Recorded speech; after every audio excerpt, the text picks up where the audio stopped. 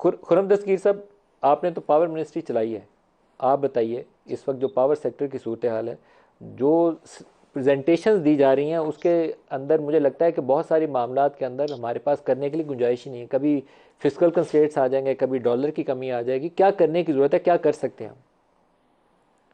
लेकिन एक बात जरूर मलिक साहब, आपके नाज़रीन के सामने होनी चाहिए कि ये महंगाई कोई दायमी नहीं है। ये 2018 तक, 2017-18 में जब मुस्लिम लीग नून ने अपना दौरे हुकूमत मुकम्मल किया, उस साल 3.4% महंगाई की शरह थी। और फूड इन्फ्लेशन जो शाय खुर्दनोश की थी, ये महंगाई थी, वो सिर्फ 1% थी। तो ये जो बड़ा खुरम साहब, अजाब आया है। 2017-18 का कंपैरिजन जो है वो मेरे ख्याल है 22-23 के अंदर बहुत मुनासिब नहीं होगा। 5 साल के बाद दुनिया बदल जाती है सर। दरमियान में कोरोना ने दुनिया बदल नहीं, दी, लेकिन फ्यूल लेकिन प्राइसेस का वो जो इंटरनेशनल मुस्तकिल इम्पैक्ट है उसने मुस्तकिल दुनिया बदल दी, ये देखिए, यूक्रेन वॉर सियासी ने दुनिया 2000 बदल ये दी। सियासी नहीं है मामला, 2018 मनी के बाद सप्लाई इंक्रीज हमारी होती रही है। 2018 के बाद से तो मुस्तकिल अगर महंगाई में इजाफा, हालांकि मैं उससे पहले भी, आपको मुझसे बेहतर मालूम है कि हम भी आईएमएफ के प्रोग्राम में थे। उसके बावजूद, आईएमएफ प्रोग्राम में होने के बावजूद हमने महंगाई कम की। 2015-16, अब आप कहेंगे बहुत देर हो गई, पाकिस्तान की तारीख की गालिबन सबसे कम महंगाई 2.8% उस साल थी। तो ये कहना दुरुस्त नहीं है कि हमेशा से महंगाई थी। ये एक जरूर चैलेंज पिछले 4 साल में आया है, और खासतौर पर तवानाई का जो सेक्टर है, अब उसमें बड़ा क्लियर है कि जो बहुत सारे काम करने वाले थे उसका हमने बड़ा अच्छा आगाज कर दिया। मसलन अगर हमें इंपोर्टेड फ्यूल से बनाई हुई बिजली से जान छुड़ानी है, उसके हमारे सामने 2 या 3 हल मौजूद हैं, जिसका हमने आगाज कर दिया कि सिर्फ 15 महीनों में 2000 मेगावाट नए हमने थर्क के कोयले से ऐड किए हैं सिस्टम के अंदर। हमने 1100 मेगावाट का जो कराची 3 का न्यूक्लियर प्लांट है वो ऐड किया है। ये सारे वो प्रोजेक्ट्स हैं जो 2017-18 में शुरू किए गए थे, 16 में, जो खु- कि खुरम 4 साल साहब, मेरा मुकम्मल एक नहीं हुए, आपसे अब सवाल मुकम्मल है। हो गए। जब इमरान खान को हुकूमत मिली 2018 में, उससे पहले वो 10 साल एक ही नारा लगाते थे कि ये चोरों और डाकुओं की वजह से पाकिस्तान तबाह हो गया। 4 साल हुकूमत में आके भी उन्होंने यही नारा लगाया कि ये चोर डाकुओं की वजह से महंगाई हुई है, नहीं तो हमने तो पाकिस्तान ने तरक्की कर लेनी थी। अब नहीं, पिछले लेकिन 15 माह उनसे 16 माह जो सवाल तो आपने हुकूमत बनेगा ना कि गुजारी है, आपने कहा कि ये 4 साल क्योंकि पीटीआई की हुकूमत थी इसलिए पाकिस्तान तबाह हो गया, हम तो 2017-18 में बहुत तरक्की कर रहे थे। उन लोगों को इससे क्या फ़र्क पड़ेगा कि आप उस पर इल्ज़ाम नहीं, डालते लोगों रहे? को लोगों का मसला ना आपने हल किया है ना इमरान ने हल किया। नहीं, मलिक साहब, इससे इससे फर्क पड़ेगा कि ये सिर्फ 15 महीनों में 5000 मेगावाट नई बिजली, पाकिस्तानी बिजली ऐड हुई है। ये आज अगर फौरी तौर पर नहीं, जो अगस्त के महीने के आखिर में नहीं, लेकिन फर्क पड़ेगा जैसे जैसे थर कोल की बिजली जो है सिस्टम में ऐड होगी। लोगों को इस बात से फर्क पड़ेगा कि हमने जो इमरान खान ने 2467 अरब रुपए का सर्कुलर डेट 31 मार्च 2022 को छोड़ा था, वो 30 जून को 157 अरब रुपए कम हो गया। 2310 रुपए है। 30 जून को 10 अरब रुपए था जो सर्कुलर सर्कुलर डेट भी घटाया है, पेमेंट्स की हैं। इसका फर्क पड़ेगा। एक जरूर जो आईएमएफ के साथ डील में ताखीर हुई, और उसमें फिर उस ताखीर की वजह भी ये थी कि कोशिश की जा रही थी किसी भी तरह इस किस्म के जो पॉलिसी स्टेप्स हैं उनको लेने से हम अपने आप को रोक लें। लेकिन वो नहीं हुआ, हम आगे बढ़े। लेकिन पहले भी खुरम साहब, मैं 2013 में वैसे भी आपकी जो जो बातों से तब, ज़्यादा कोई इतफाक नहीं है मेरा। मेरे ख्याल में जी मुकम्मल जी, तौर पर आप आप भी डिसएग्री कर नाकाम थे और सकते हैं, मुकम्मल तौर आप पर इमरान डिसएग्री कर खान भी सकते हैं। नाकाम था। 100% नहीं, दोनों हुकूमतें आप नाकाम थी। लोगों नहीं, को लीडरशिप आप कोई नहीं मैं दे सके। आपसे मलिक साहब बहुत अदब से सख्त तरीन इख्तलाफ करूंगा, क्योंकि जो मेजर शिफ्ट है वो ये है कि हमने अब जब हुकूमत अपनी मुकम्मल की है, तो पाकिस्तान की अब 81% बिजली जो है वो डोमेस्टिक सोर्सेज पे हम छोड़ के गए हैं। तो एक बड़ा डिसाइसिव फैसला कौन शिफ्ट किया है पाकिस्तान को इंपोर्टेड ईंधन से लोकल ईंधन की तरफ। मैं सिर्फ ये कह रहा हूं, अगस्त 2023 में उसका असर नजर नहीं आएगा, लेकिन आने वाले महीनों और सालों में उसका जो फायदा है पाकिस्तान के अवाम को पहुंचेगा।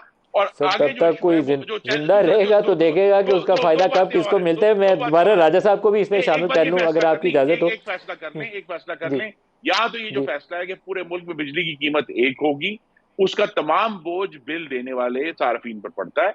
वो फैसला कर लेंगे जी, हम पूरे मुल्क में बिजली की, उसी सिर्फ एक फैसले से कुछ 450 अरब रुपए आपका बच जाएगा जो आप टैरिफ डिफरेंशियल सब्सिडी में देते हैं। ये फैसला कर लेंगे जी, हमने इतनी मैसिव सब्सिडीज फाटा को, आजाद जम्मू कश्मीर को नहीं देनी, तो उससे भी पैसे बचेंगे। जो चैलेंज है वो ये है कि जो डिस्ट्रीब्यूशन कंपनीज हैं उनके अंदर जहां चोरी हो रही है मुल्क के शमाल में, मगरब में, जनूब में, उसको रोकने का एक जरूर इंतजामी चैलेंज है इस हुकूमत के सामने भी, और जो मैं हुकूमत ये मुंतखब सवाल करेंगे उनके सामने। आपकी इजाज़त से ये राजा साहब से पहले पूछता हूँ, फिर आप भी इसका जवाब दीजिएगा। इस वक्त हमारे पास एक और बड़ा इशू सर ये है, जो NFC अवार्ड है, वो सूबों को जो पैसे ट्रांसफ़र होते हैं, वफाक इस वक्त जितने टैक्स फेडरल लेवल के ऊपर उसके पास हिस्सा रहता है, वो सारा इंटरेस्ट पेमेंट्स में चला जाता है कंप्लीटली, 100%। कुछ नहीं है उसके पास। डिफेंस भी हम कर्जे लेकर चलाते हैं। बिजली चोरी की कॉस्ट जो है हम कॉस्ट डिफरेंशियल करके पूरे मुल्क में ट्रांसफ़र करते हैं।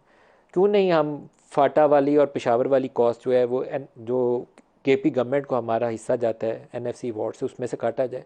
जो हैदराबाद इलेक्ट्रिसिटी की कॉस्ट है वो हम, या कैस्ट की जो कॉस्ट है कराची इलेक्ट्रिक की, क्यों नहीं वो हम सिंध वाली हुकूमत से काटते। जो पंजाब में चोरी हो रही है वो पंजाब वाली से काटें। पूरे पाकिस्तान को हम क्यों पनिश कर रहे हैं? जहाँ ज़्यादा चोरी है वहाँ से काटें पैसे उनके। ये बिल्कुल आप ठीक कह रही हैं, हो सकता है। और एक ये भी तो आया ना एक मंसूबा सामने की, जो डिस्कोज हैं, डिस्ट्रीब्यूशन कंपनियां जो हैं, फेस्को हो, सूबों को ट्रांसफ़र वो कर सूबों को दे दी जाएं, ताकि जो उनके नुकसानात हैं वो सूबों की जो बैलेंस शीट है उसमें आए। लेकिन आप देखिए ये कर तो देंगे आप, इससे ये होगा कि वफाकी हुकूमत जो यहाँ है से शिफ्ट हो जाएगी। लेकिन शिफ्ट होगा ना ये, और कोई फायदा ये नहीं। फायदा नहीं होगा। असल में फिर ये होगा कि जब सूबे हैं वो इस नुकसान का जब बोझ उठाएंगे तो उन्हें कहीं से पैसा हासिल करना ये पड़ेगा। सिर्फ बुक एंट्री है, ये इसका बुक कोई फायदा एंट्री नहीं। है, आपने यहां से नुकसान उठा के वहां डाल दिया, और सूबा फिर क्या करेगा? हैदराबाद में अगर 35% लॉसेज हैं, सखर में भी अगर 37% लॉस है, कोयटा में शायद 28% है, फाटा में उससे भी ज़्यादा है। अब इन सारे नुकसानात को पूरा करने के लिए उन्हें कहीं ना कहीं से फिर टैक्स हासिल करना पड़ेगा। टैक्स वो हासिल करेंगे, या सूबे के पास प्रॉपर्टी टैक्स होता है, या सूबा सर्विसेज पे टैक्स लगाते हैं।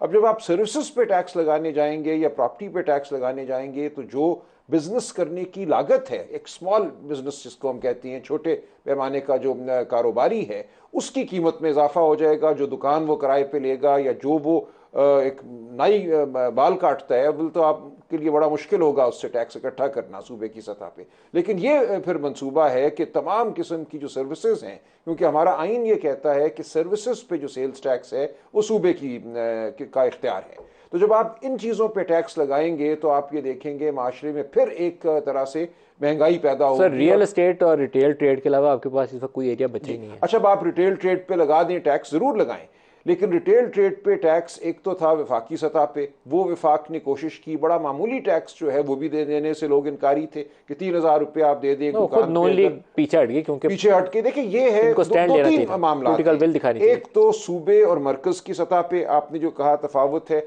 सूबा कैसे टैक्स इकट्ठे करेगा, वो टैक्स जो मरकज इकट्ठे नहीं कर सका आज तक, जिनके लिए आपको एक बहुत बड़ी सियासी कुव्वत भी चाहिए और सियासी एक हिम्मत चाहिए कि आपके अगर वक्ती तौर पे आपकी मकबूलियत पे फ़र्क भी आता है तो मुल्क के लिए आप वो कर गुजरें। ये कोई हुकूमत नहीं कर पा रही, और इसको हमें सियासत से बालातर होकर देखना होगा। इसका ताल्लुक PMLN PTI से नहीं है, ये हमारे स्ट्रक्चरल इशूज़ हैं, ये हमारी बुनियाद में ये मामला पैदा हो गए हैं। देखिए अगर बात हम थोड़ा सा पीछे लेके जाएं, जो हमारी एक्सपोर्ट्स हैं जिनको बरामदात कहते हैं, GDP हमारा, उसका रेशो अगर आप देखिए पिछले कई सालों से हमारी exports as ratio of GDP गिर रही हैं, और बहुत बड़ा एक जो गिरावट आई वो 2013 में आई। उसके बाद